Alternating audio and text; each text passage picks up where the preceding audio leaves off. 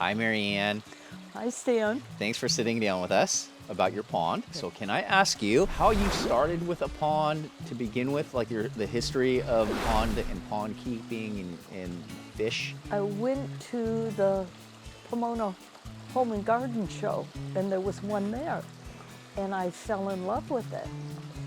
So I proceeded to convince my husband that we needed one, and we had one installed, and it went great. And then I had somebody rebuild it, and it was kind of like, the guy who came to rebuild it had never done a pond before. He was a landscape person. Okay, so then struggled with that for a while. Couldn't find any pond person, any place, who was worth 2 cents.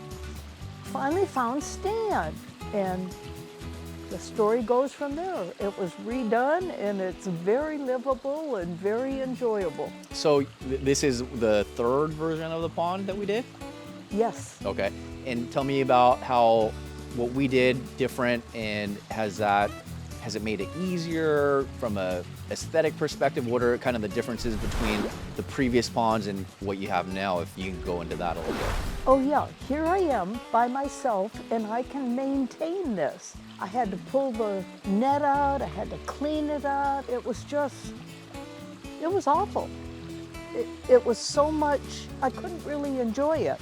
This is enjoyable. It's workable. I don't have to do much of anything. I love it. So this is, you consider this fairly low maintenance? Oh, yes, yes.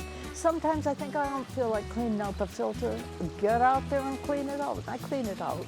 So the intake bay is what we changed. Like, you used to have an old traditional plastic skimmer, which works in a lot of situations, but for you, the things that we were talking about, having to bend over, empty that basket, and you have a tree over here that drops quite a bit. You'd say the intake bay was a good change? Oh, definitely, definitely.